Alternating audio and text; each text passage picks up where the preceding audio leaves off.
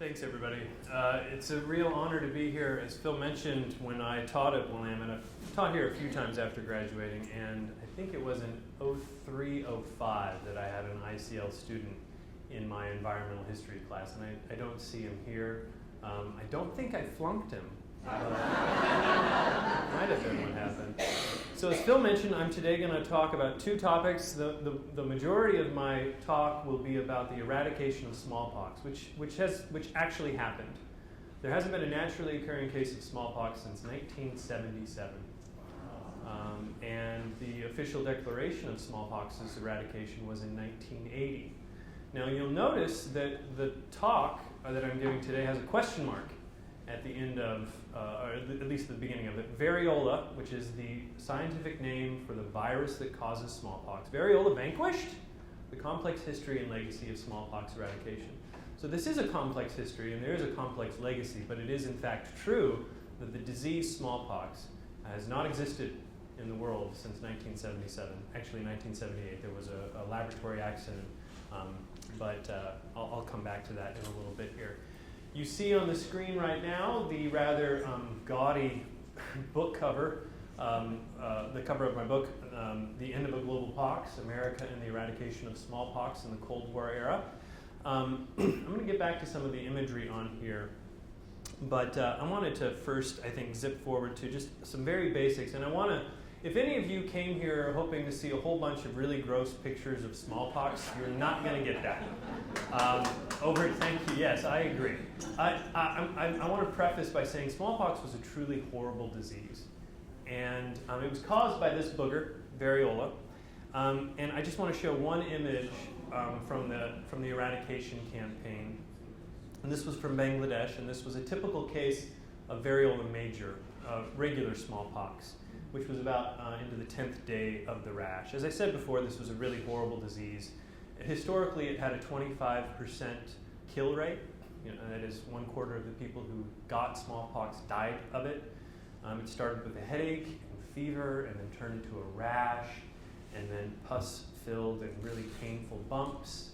Went on for about 2 weeks, and you either survived, in which case you had lifelong immunity, and you might come out with blindness, but certainly scarring, or you died.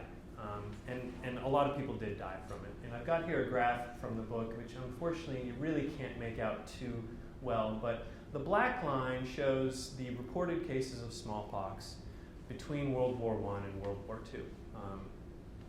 The light, or actually a little bit after World War II.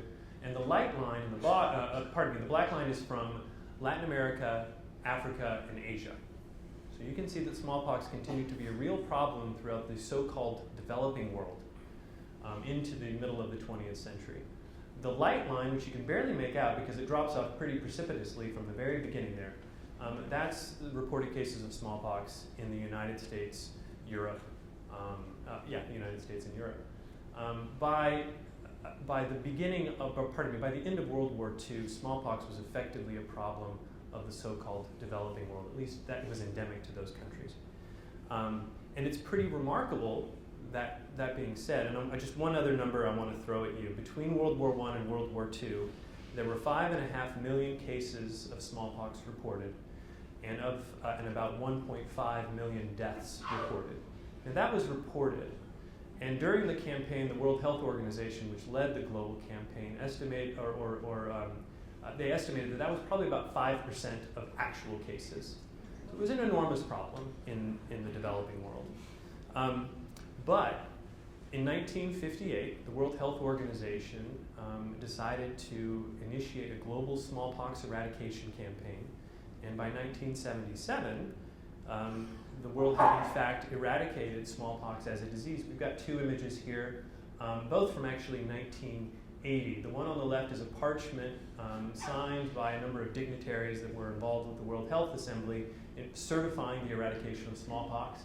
And then in this image of the globe here, Smallpox is Dead, a celebratory image from the magazine of the World Health Organization in May of 1980. And I'm going to start with some celebratory images here, and then I'm going to introduce some of that complexity. I'm going to fast forward 30 years. All these images are from 2010. The top two images were taken in Geneva. The left image is of a statue that was installed in May of 2010 to celebrate the eradication of smallpox. It's actually a really inspiring statue. All the figures are looking up towards the headquarters of the World Health Organization. On the right is an image of a couple of WHO directors general, as well as the taller man with the lovely red sweater and the jacket. That's D.A. Henderson, and he was the head of the World Health Organization's smallpox eradication campaign, here celebrating the eradication of smallpox 30 years later and the installation of that statue. And then in the bottom is a rather blurry photo from probably a much more festive and fun affair in Rio de Janeiro of veterans of the smallpox eradication campaign, also in 2010. So a lot of celebration of the eradication of smallpox, and for really good reason. Again, I want to remind you just how nasty of a disease it was. So you've got these images of celebration, but then you've got some other things going on when we think about perhaps more recent news. So I don't know if you remember, but in the summer of 2014, news broke that there were vials of actually viable smallpox, that is the virus, variola, found in a laboratory, in an NIH laboratory in Bethesda, Maryland, that had been overlooked. People didn't know they were there. Is smallpox going to come back from that? If it doesn't come back from these vials of lost smallpox, maybe thawing corpses in Siberia will release smallpox, as this LA Times article seems to threaten. And then you have news as well, and I don't know if I use Google News a lot, and I have a Google News feed set up to notify me when there's anything about smallpox, which is frankly terrifying. But the United States continues to invest in smallpox protection, both in a stockpile of the smallpox vaccine, as well as experiments with drugs to try to cure smallpox. And there is no cure for smallpox, and it's interesting, to say the least, that the United States is investing in a drug that it could never test because the disease no longer exists. So you would be forgiven if you were sort of thinking, well, what exactly is going on here? Should we celebrate smallpox's eradication? Should we be confident in the eradication of the disease? Or should we be worried that it's somehow going to come back in some sort of bioterrorism scenario? This image on the bottom right here is from a bioterrorism exercise that happened just a little bit before September 11th, 2001, called Dark Winter. This is what I'm trying to do in my book and in my research on smallpox. I'm trying to figure out what's going on with all this seeming contradiction, this complexity, and the irony that I see in the eradication of smallpox. And my book seeks to explain that irony by examining the origins, the development, and the legacies of the global smallpox eradication program. And this turns out to be a relatively challenging prospect. When I first started looking into smallpox eradication, it seemed pretty straightforward. Bad disease, humans decide to eradicate, disease eradicated, yay! But it turns out to be much more complicated than that. Eradication, this is a map of the endemic world where smallpox existed in 1967. The eradication program took about 10 years, as I've mentioned, by 1977, the last naturally occurring case. This is a list, and again, I apologize that the projector's not really playing nicely with me today, and I'm sorry for that. It's psychedelic. But this is an image of all of the contributions, just over $97 million contributed by more than 40 countries to this international effort. It required the work of thousands of people all over the world, from the alluvial plains of Bangladesh to the deserts of Mali. And I want to bring up this image, which is a painting from the Ethiopian stage of the program. And if you'll excuse me, I'm going to try to plug this into the projector system so you can get the color. Hey, that's better. And I think this painting, there's so many things to love about this painting, but what I really like about this painting, which is in celebration of the eradication program in Ethiopia, is how much is going on and the kind of complexity that you see. You can see how, and I'm going to step out here and shout a little bit, but you can see some of the parts of celebration, some of the things that go into the dominant narrative of eradication. So for instance, here you see people from very different backgrounds cooperating in the eradication of smallpox, which is a big part of the story of smallpox's eradication, the world coming together to cooperate. And you see some of that here. You see, again, a sort of a scene of cooperation, but then you've got things like, what's this truck doing in the river? How did that happen? And why is there a helicopter up there? And then what about, and where, I always lose track of this guy. What about this guy right here? He seems to be resisting the smallpox vaccination campaign. And when you really dig into this image and some of the archives about smallpox eradication, it really becomes clear that this was a pretty complex affair.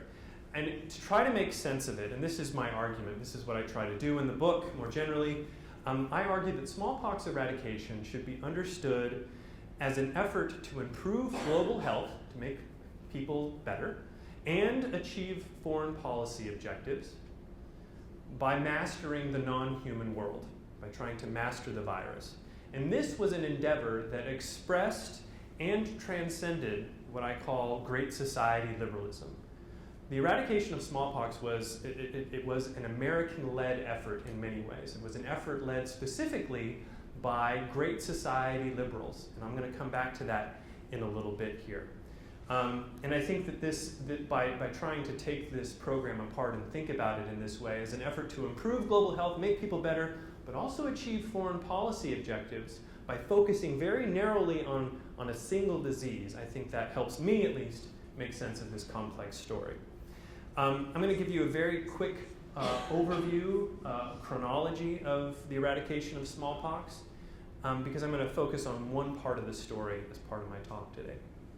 So from 1945 to 1958, there were a series of efforts advocating for the global eradication of smallpox. The first proposal for global smallpox eradication came in 1953 in the World Health Organization. That didn't get anywhere. The Soviet Union came back in 1958 and proposed global smallpox eradication, and that was endorsed by the World Health Assembly. But they didn't give the program any money, or not enough in any case, for a large global program. It took the involvement of the United States, which didn't happen really until 1965, to get global smallpox eradication going. And the United States first got involved with a bilateral program with 19 countries in West and Central Africa, in which the United States would seek to eradicate smallpox in those 19 countries in West and Central Africa, and this is important, try to control measles. So that's how the United States first got involved in global smallpox eradication in West and Central Africa. That program started effectively in 1966. At the same time, the global program started to ramp up with the support of the United States.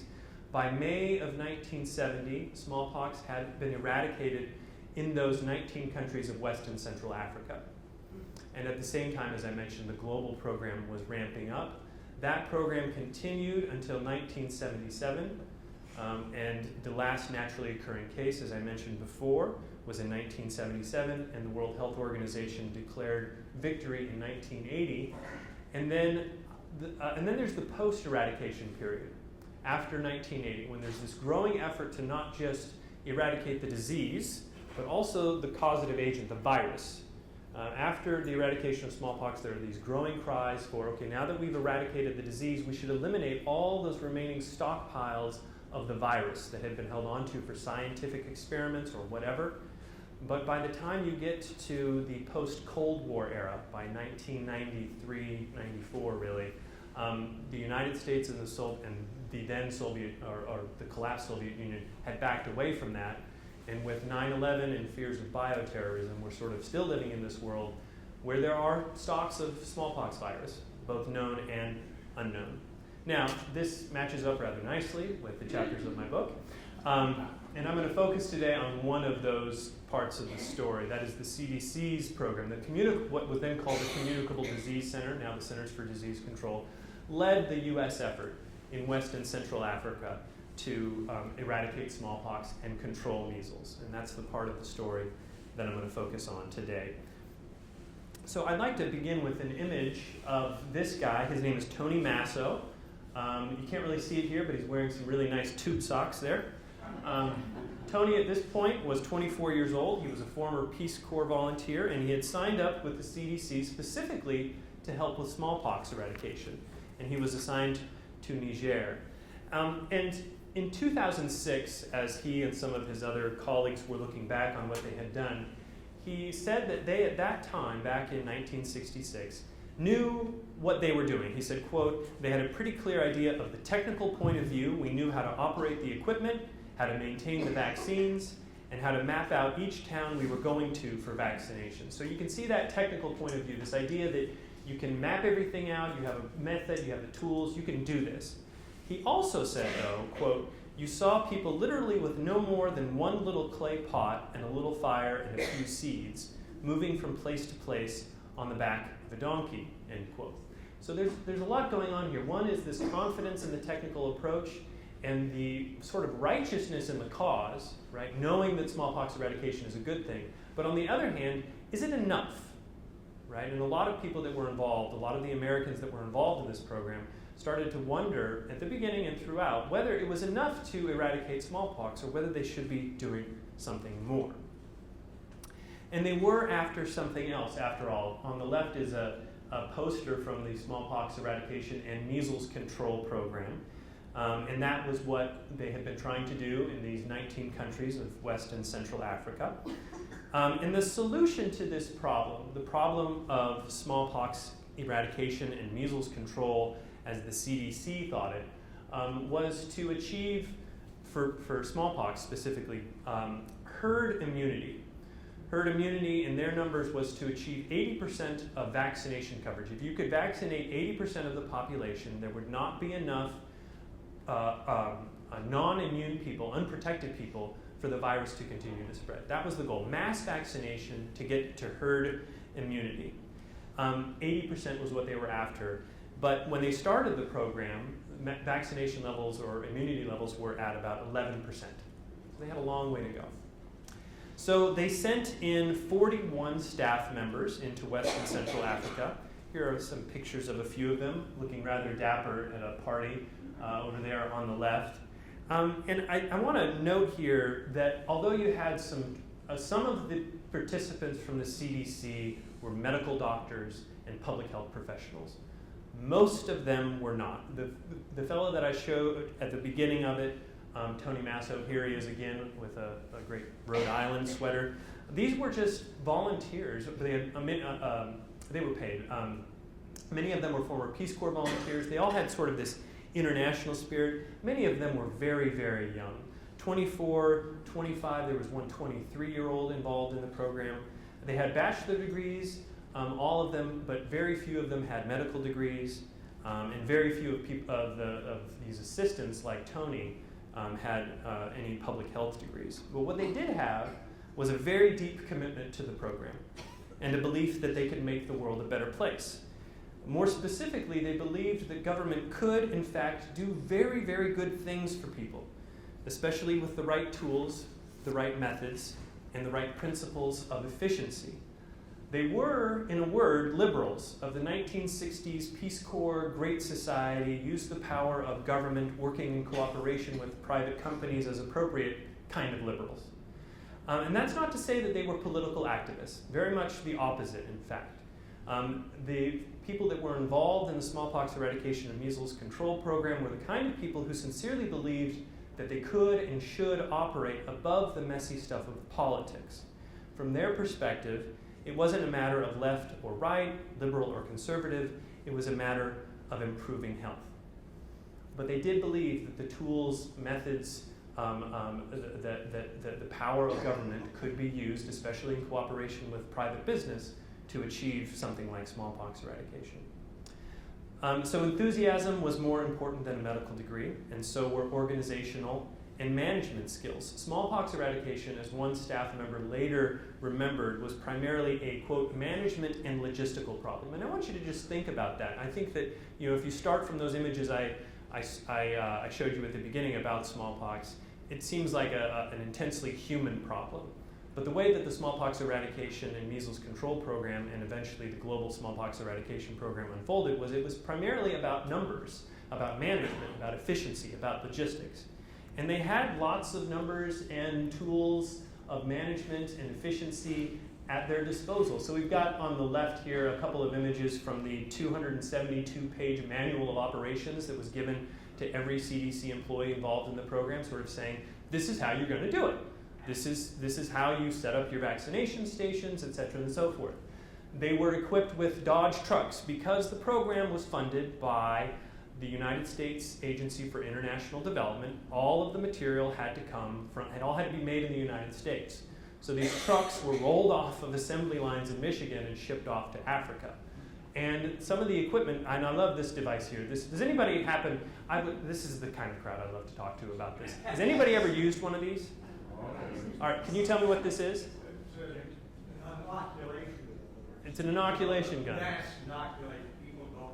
That's right. And it doesn't puncture it, pushes it through the skin. Right, so this is the PedoJet vaccination gun. It originally developed by the US Army and then adapted with a foot pump for use in the field.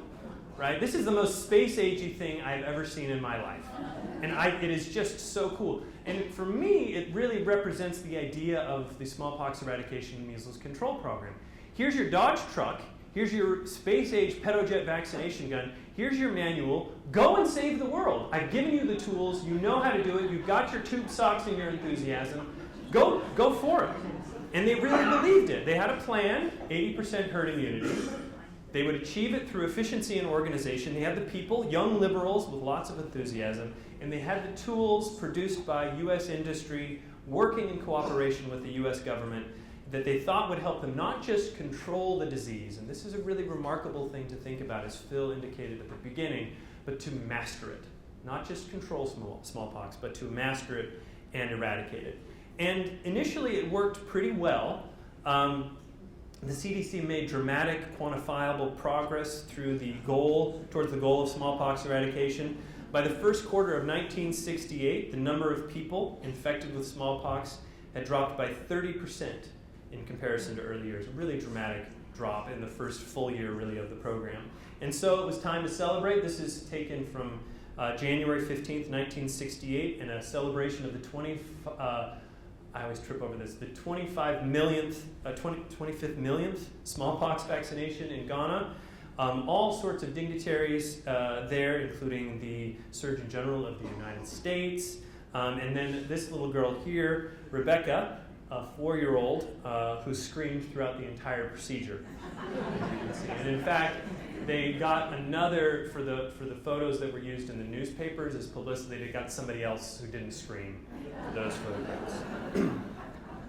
So it looked great, and things were they seemed to be on track, except it wasn't quite as simple, straightforward, and successful as perhaps it had seemed in that. The program was beset with all sorts of problems. There were political problems. As much as the folks involved in this were trying to get above politics, they absolutely had to deal with the challenges of the Cold War, with the challenges of post-colonial politics.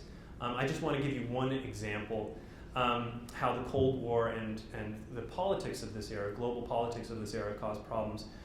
Guinea's program started a year late, in part because of poor relations between the United States and the government of Guinea over that government's associations with the Soviet Union. So as much as these liberals were trying to get beyond politics, politics kept seeping into the program, delaying the start in some cases, just making it more of a challenge. And then there were more immediate challenges from the physical environment. And I've got 3, I think, really interesting images here. One is in the top of a CDC technician trying to do field repair on one of those PedoJet vaccination guns, which could be, especially the cases, it turned out. The cases were very susceptible to the heat in some of these places and would break down. All sorts of problems with the PedoJet vaccination guns. Turns out those Dodge trucks didn't do so well on some of those rough roads, some of the gasoline that they were being fed. And then there were this is one of those Dodge trucks basically getting swallowed whole by the Gambia River, right? And I think these images, as well as some of the other recollections of people, the reports, sort of reveal some of the challenges presented by the different natural environments in which smallpox eradicationists were doing their work. One of those problems was the challenge of human migration, which had been going on in parts of Africa, continues to go on in many parts of Africa for centuries. Adapting to the environmental conditions of a particular place, migratory groups had developed very sophisticated systems of moving around based on climate, based on rainfall, so on and so forth. And this causes a challenge for mass vaccination, which is based on trying to figure out where everybody is, vaccinate 80% of them. Right? So the CDC did what the CDC would do. They did a study, a really amazing study for 9 months, figuring out where all of these, particularly in this one case, this map here. And again, It's rather fuzzy, but it shows you the migratory routes in Mali of a few different groups here, and the way that they would try to adapt the program to this situation. And this study here, I think, as well as some of these more creative, one other example of creative adaptation that I like to cite is one of the Dodge, for these Dodge trucks, sometimes their brake lines would break, and they would use cotton ball and chewing gum to sort of fix the brake line, which sounds terrifying to me. But again, these people were very determined, and the study here, I think, is a great example of how they conceptualized and tried to solve some of these problems. We're not going to let this get the best of us. We're going to study it, and we're going to pursue the goal of eradication. These creative adaptations were not quite enough. Smallpox continued to remain endemic, and this image here you can see the light. Perhaps you won't be able to make it out too well, but there's a light line in the back here, sort of a range, that shows the historical incidence of smallpox in the last 5 years. So you can see how at the beginning of the year it spikes and then goes down. And you can see here in 1967, this black line is the reported case of smallpox. And it's following that same trajectory, and it does the same going into 1968. And I just want to sort of pause your imagination right here. And imagine that you've been in West and Central Africa trying to get 80% herd immunity, or trying to get 80% immunity to stop smallpox, and yet you're still not really breaking out of it. It's still within historical incidence. You've got to try to figure out how you're going to get out of this curve. And that's the challenge that they were facing going into the middle of 1968. The CDC met along with national health officials to try to figure out what they were going to do. And what they decided to do to try to finish off smallpox was a pretty dramatic shift in their strategy. What they were going to do was, this is the image I wanted to bring up. Sorry, I skipped right past it. They decided to shift from mass vaccination to what was called surveillance and containment. And these are 3 maps from an example of the use of surveillance and containment, which, as the title suggests, means to look for cases of smallpox, look for an outbreak of smallpox. And instead of vaccinating everyone, just vaccinating people that were in the immediate area or might have had contact with somebody that had smallpox. This would save resources. It would be more adapted to the seasonal nature. You wouldn't have to try to find all the nomads. You would only have to find those who may have come into contact with them. It worked remarkably well in eradicating smallpox. But there were some concerns that people in the program had about shifting from mass vaccination, trying to get 80% immunity, to just focusing on outbreaks of smallpox. Because, first of all, what does this mean about all the hard work that we've done to try to achieve herd immunity? And some people in the program complain, we have been working our tail off to vaccinate as many people as we can, and now you're telling us that that doesn't work? And then the second, and perhaps more fundamental concern that people in the program had was that surveillance and containment effectively meant giving up on measles control. Giving up on measles control. Focusing all of their efforts and resources and on finding and rapidly responding to smallpox outbreaks, the staff would no longer be able to engage in the sorts of large-scale vaccination programs that could help protect against both diseases. And smallpox surveillance and containment could not work against measles, which spread much more rapidly than smallpox. Surveillance and containment worked really, really well for smallpox, but it focused all of their efforts just on smallpox. And this was a big concern for the national ministers of health in some of these countries, some of whom had agreed to sign up for smallpox eradication because they wanted measles control, which in many parts of Africa was considered by national ministers of health and by many families as a bigger problem than smallpox. So again, just to repeat, surveillance and containment, the shift to this strategy meant simplifying the program to focus on smallpox eradication at the cost of controlling measles. Now, getting back to this image, it did do the trick in terms of eradicating smallpox. Surveillance and containment did work. Smallpox incidence fell by more than 50% in 1968, and more importantly, it broke the chain of transmission in the early part of 1969. So you can see in this image how at the beginning of 1969, historically, at the beginning of the year, cases of smallpox went up, but the staff was delighted when they saw they broke that it wasn't going back up. They knew that they had smallpox on the run at that point, and in fact, by May of 1970, they had isolated all of the cases of they had eliminated smallpox in this area. So they, with the eradication of smallpox, some of the participants in the program sort of thought about it. I want to go back to what Tony Masso said at the beginning about being confident about what they were doing, but also sort of wondering what would be the legacy. Here are some things that Tony Masso and another participant, Don Moore, said. Tony Masso, as you can see in this quote, is sort of making references to the American space program and what was going on up there and what we are doing here, and we're going to do something just as important. And then Don Moore, he's talking here about the use of government resources to do, as he says, a country can make a large world health impact. There's a lot of pride here. Now, others were not quite so sure. And I want to have I'm bringing up a couple of quotes here to sort of express some of this concern about what was the legacy. David Newberry says, one of the things that really, really distressed me then and continues to distress me, this was in 2006, was that we didn't leave a legacy. We didn't leave anything but an interest in immunization. And then William White really has this sort of, it's not damning, but he's really wrestling with this. William White worked in Upper Volta. What was the real benefit in the areas in Africa that we were working in? And I think that's a good question for us too. What was the legacy of the global smallpox eradication effort? On the one hand, we have a remarkable story, and that is the total elimination of a disease. And these series of maps will show the progress of the global eradication program, which used a lot of the same tools and methods of the smallpox eradication and measles control program to isolate the last naturally occurring case of smallpox in 1977 in Somalia.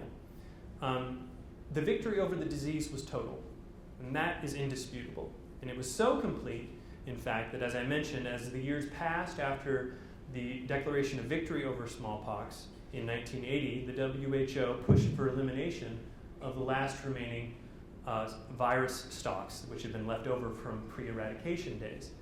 Eventually, just 2 countries had stocks of smallpox. Anybody want to take a guess at which 2 countries had stocks of smallpox virus? The United States and the Soviet Union. We would not let them go. There was a very brief window. In 1990, the United States said, yes, we will eliminate all of our remaining stocks of smallpox. And the by then crumbling Soviet Union had said, yes, we'll do the same. And 1993 was set as the date that this would happen. But that changed very quickly when it came to light that the Soviet Union had been experimenting with smallpox as a bioterrorism agent. They never actually achieved it despite some very terrifying stories in the news. There was never a weaponized version of smallpox created.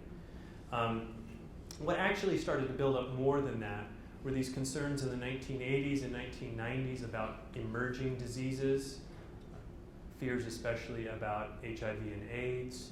Calls for the destruction of the virus started to slow down. And then 9/11, the lead up to the war in Iraq, which you may remember also sort of held up the threat of smallpox as a bioterrorism agent.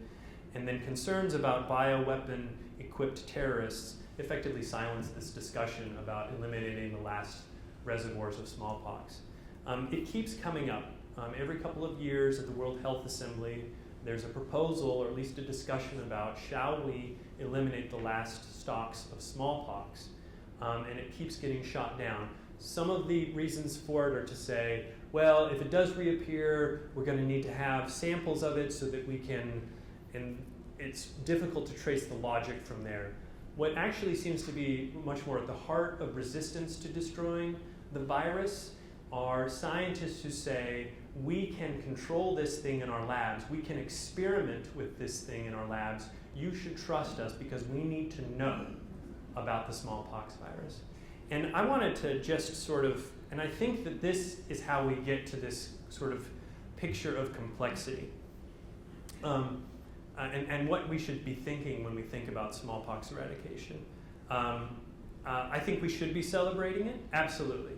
The disease no longer exists. It was a horrible disease. But we have to recognize that we have the virus. It still exists. It's in the CDC's labs, and Russia has it as well. And the reason for that, I think, comes from the same place that the program originated, developed, and triumphed, in an effort to master the non-human world. But the very power asserted by the global program has cast doubt on eradication in two fundamental ways. First, the effort to eradicate smallpox assumed a level of control and mastery that had proven impossible during the campaign and has continued to prove impossible. I showed you a couple of images about the ways that the CDC had to change its effort in order to try to eradicate smallpox, basically had to compromise its efforts when it came to measles control. And there were other examples throughout the campaign where the CDC and WHO found themselves surprised by the virus and by the disease and had to compromise their efforts. Their confident assertions that they had mastered or could master the disease again and again had to sort of be, they had to qualify those confident assertions. And I think the second point that I want to make about why this assertion of confidence is both the reasons we should celebrate the program, and then also we should be legitimately in some ways concerned about why the virus stocks are still around, is that the eradication program practiced a mastery over smallpox that too easily morphed into abuse of the virus. As scientists explored smallpox with ever more advanced techniques of control, manipulation and use of the virus required no leap of the imagination or even special effort. It proceeded from the same logic of mastery that had driven eradication and justified retention of the virus after eradication. By eradicating smallpox, humans had asserted an ability to completely control the disease for devious as well as humanitarian purposes. And I think that's how we get here. Actual mastery over the disease and dubious and easily doubted total control over the virus. It stems from this effort to try to master something in the non-human world and our ability to both do that but also the limits of that. I'll conclude by, and then get ready for questions, by just sort of maybe anticipating some of those questions. Some people have asked me, so should we be worried about smallpox? And I don't think we should be worried. I think we should be realistic. Practically speaking, people in North America and Europe are well protected by vaccine stocks, which have increased dramatically since 9/11. And I think that the methods of surveillance and containment would work very, very well were smallpox to reappear, unlike some of these horror scenarios that you can see in the movies about what if smallpox returns. That being said, in other places in the world that don't have smallpox vaccine stocks, and that includes, for instance, West and Central Africa, that lack the vaccine in the same quantity that we have it and don't have the same public health infrastructure, a lot of people would suffer and die.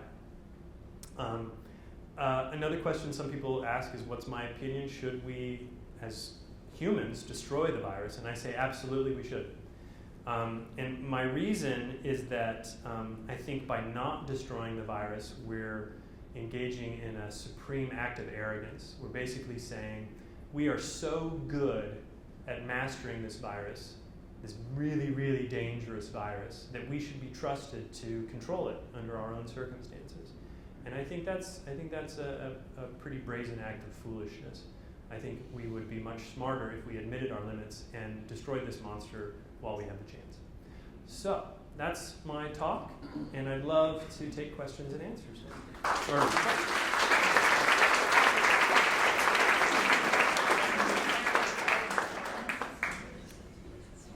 Do we have time? It's 11:10, and are we good on time? Okay. Fantastic. And thank you all for paying. I had the flu last week, and I'm still a little dizzy. So, yeah, the irony of having a virus while giving a talk about a virus is not lost on me.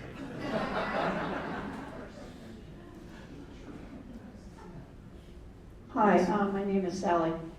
How early did America get the smallpox vaccine? Because I seem to remember reading something about one of our early presidents, maybe even Adam, inoculating their own family. Yeah, thank you. That's a great question. So the smallpox vaccine is the original vaccine. Anybody know where the word vaccine comes from? I know I've got some science nerds out there. Vacca, V-A-C-C-A, which is Latin for cow, which refers to cowpox, which is the agent which protects or originally protected against smallpox. That was discovered by a British physician, Edward Jenner, at the end of the 1700s, and it quickly migrated, that information quickly migrated to the United States. It took a little while for that to start to take effect as the most popular method. What was used before that is a process called inoculation or variolation. And you refer to President Adams, and perhaps did any of you watch the HBO series, John Adams, and do you recall that sort of terrifying scene? So what variolation or inoculation entails, vaccination is a relatively simple process. It's using cowpox material, actually it's a different substance now, but in any case, and just doing about 15 little ticks on your arm. It's a pretty nasty vaccine as vaccines go. Still the US military still uses it for their soldiers, and it's pretty gross. But it doesn't actually cause a case of smallpox, it just protects you against smallpox.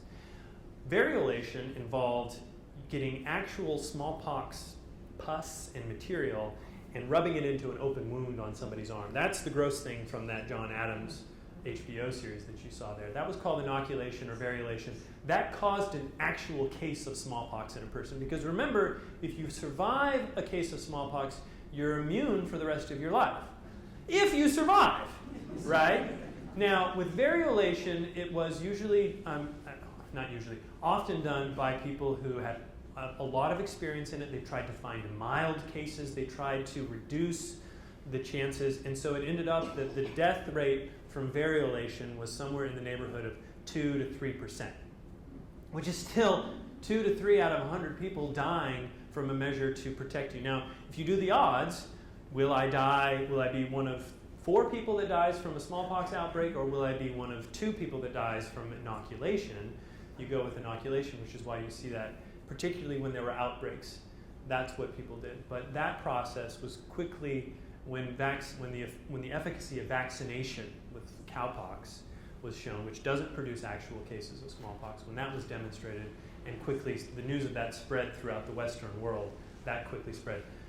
Vaccination was used throughout the 19th century, throughout the 1800s, and in the United States, that process continued until 1972, when the Public Health Service recommended that states discontinue the routine process for smallpox vaccination. Now, if often it's on your left shoulder, you've got a scar from that. I don't. I was born in 1978. I'm one of the beneficiaries of this program, right? So, thank you for that question. This is Don. Hey, Don. You showed us a couple of line graphs. One at the very beginning showed outbreaks in the African countries versus the Yes. US and Europe. And then the second line graph that you showed us was the outbreaks that were mediated by the program. Thank you. Yeah. Is there something, and in both the shadow on the second graph and the outbreaks in the African countries on the first graph were peaks and valleys, a cyclical progression of peaks and valleys. Is there something, and also in the shadow on the second graph, peaks and valleys, is there something about the disease itself in human populations that causes it to wax and wane like that? Yeah, so we got a couple of different kinds of graphs here. The one that's on the screen right now is yearly and doesn't track by month. And so you're going to see spikes on years based on levels of immunity in different countries, outbreaks during those. That doesn't have anything to do with the disease itself or human populations. I'm going to get forward to the second graph to which you referred, and I'm sorry that I got to zip through these so quickly. But it's in those colder months, the beginning of the year, when cases would go up historically. That's because those are the cooler, drier months where people are moving around, right? And they're able to spread the disease further about.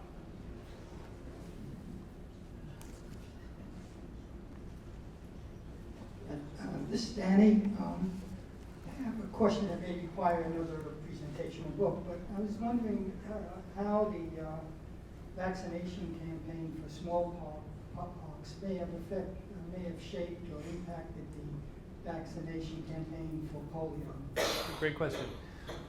So smallpox eradication was a great source of inspiration for vaccination advocates and continues to be. After the smallpox eradication campaign, there were discussions about what other diseases might be suitable candidates for eradication. And just sort of the success of smallpox eradication really inspired some people to say, let's go after some other diseases. The problem with it is that smallpox is actually kind of a great disease when it comes to its potential for eradication. It only spreads when symptoms are showing, so you can't be a secret sort of spreader of the disease. It actually takes quite a bit of work for it to infect people. It's a respiratory disease. And if I had it instead of the flu, I don't have the flu, I'm past flu, sorry, I don't mean to scare anybody. But you know, maybe you've seen some movies where it's like one person with smallpox walks into a room and everybody leaves dead. That's not how it works. I mean, if I had it, Phil might get it.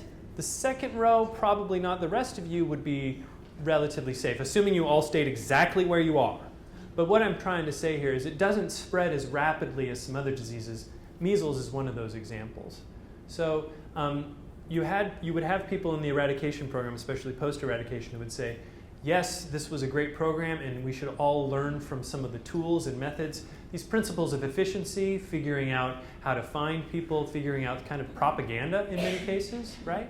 And a lot of those tools were used. But the idea of eradication, many people in the program were very cautious about saying this could be used for others. And polio is one of those. And it wasn't actually, so D.A. Henderson, who was the head of the smallpox eradication program, he actually was pretty dubious about the potential for polio eradication because of the relative difficulty of vaccinating people. It's not just a once and done with polio vaccine. You've got to have some follow-up.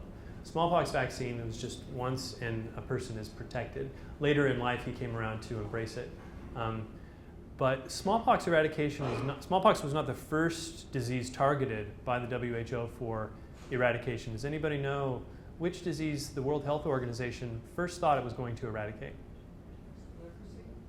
It's malaria, which is absolutely still with us.